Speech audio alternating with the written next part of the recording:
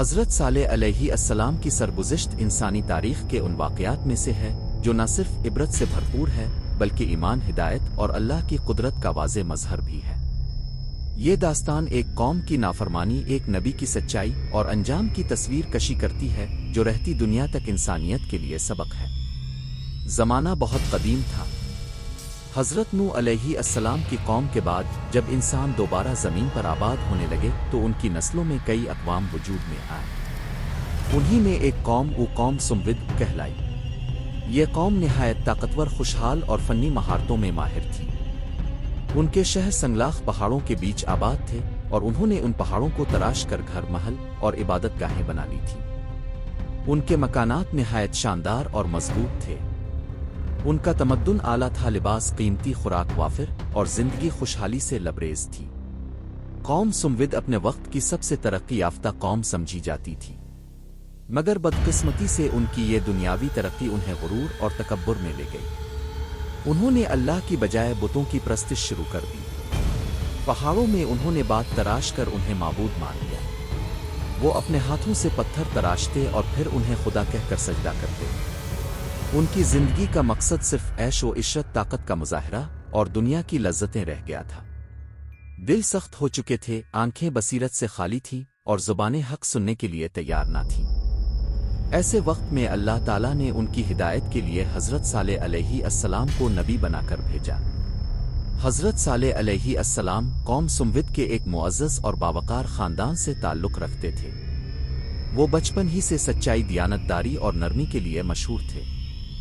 جب انہوں نے قوم کو اللہ کی طرف بلایا تو ابتدا میں کچھ لوگوں نے ان کی بات کو توجہ سے سنا، مگر جیسے ہی حضرت صالح علیہ السلام نے بت پرستی کی مذمت کی اور ایک اللہ کی عبادت کا حکم دیا، قوم کے سردار اور بڑے لوگ ان کے دشمن بن گئے۔ انہوں نے کہا، صالح، تم تو ہمارے ہی خاندان سے ہو، ہم نے تمہیں بچپن سے جانا ہے۔ تم ہمارے جیسے ہی انسان ہو، تمہیں نبوت کہاں سے ملی؟ اگر تم سچے ہو تو کوئی نشانی لاؤ۔ حضرت صالح علیہ السلام نے نرمی سے بار بار اپنی قوم کو سمجھایا کہ یہ دنیا عارضی ہے، تمہاری یہ طاقت، یہ دولت، یہ پہاڑوں کے محلات سب فنا ہو جائیں گے۔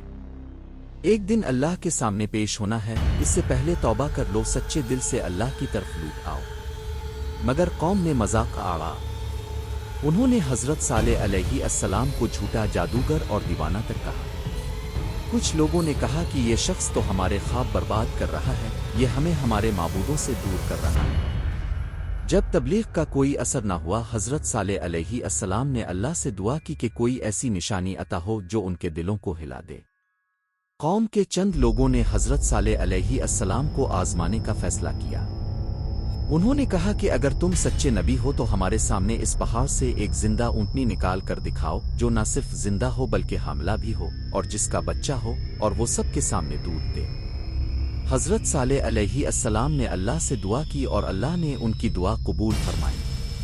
اچانک اس مخصوص چٹان سے ایک شاندار، عظیم الجثہ اونٹنی برآمد ہوئی۔ وہ بالکل زندہ تھی، اس کی چال، سانس اور آواز بالکل قدرتی تھی۔ قوم پر حیرت طاری ہو گئی۔ کچھ لوگوں نے سجدہ کیا مگر اکثریت نے اس واقعے کو بھی جادو قرار دیا۔ حضرت صالح علیہ السلام نے فرمایا کہ یہ اونٹنی اللہ کی نشانی ہے، اسے کچھ نہ کہنا، نہ ستانا، نہ مارنا اور نہ اس کے پانی پینے کے دن میں کسی کو مداخلت کا حق ہے۔ اونٹنی ایک دن پورے کنویں کا پانی پی لیتی اور اگلے دن تمام لوگ اپنی باری سے پانی لیتے۔ وہ اونٹنی سب کو دودھ دیتی اور اس کا دودھ اتنا ہوتا کہ پورے قبیلے کے لیے کافی ہو جاتا۔ ابتدا میں کچھ لوگ متاثر ہوئے، انہوں نے ایمان لایا اور حضرت صالح علیہ السلام کے ساتھ ہو گئے، مگر سرداروں کو یہ بات ہضم نہ ہوئی۔ انہوں نے اپنے اقتدار اور مفاد کو خطرے میں دیکھا۔ انہوں نے سازش کی، مشورے کیے اور آخرکار اس بات پر آمادہ ہو گئے کہ اس اونٹنی کو قتل کر دیا جائے تاکہ حضرت صالح علیہ السلام کی سچائی کو جھٹلایا جا سکے۔ 9 افراد جن کا ذکر قوم کے خطرناک ترین لوگوں میں ہوتا تھا، انہوں نے یہ کام اپنے ذمہ لیا۔ ایک رات جب اونٹنی پہاڑ کے پاس آرام کر رہی تھی، ان میں سے ایک شخص نے پہلا وار کیا اور دوسروں نے مل کر اسے قتل کر ڈالا۔ اس کے بعد انہوں نے حضرت صالح علیہ السلام کو مذاق میں بلایا اور کہا، تمہاری نشانی ہم نے مٹا دی ہے، اب اگر تمہارا رب ہے تو وہ ہم پر عذاب نازل کرے۔ حضرت صالح علیہ السلام کے چہرے پر غم، دکھ اور افسوس کی کیفیت نمایاں تھی۔ انہوں نے اپنی قوم سے فرمایا، تم نے اللہ کی نشانی کو قتل کر دیا، اب 3 دن بعد تم پر عذاب نازل ہوگا۔ ان 3 دنوں میں تمہارے چہروں پر بدلتے رنگ نشانی ہوں گے، پھر تمہاری بستی مٹی میں مل جائے گی۔ قوم نے پھر بھی نہ مانا۔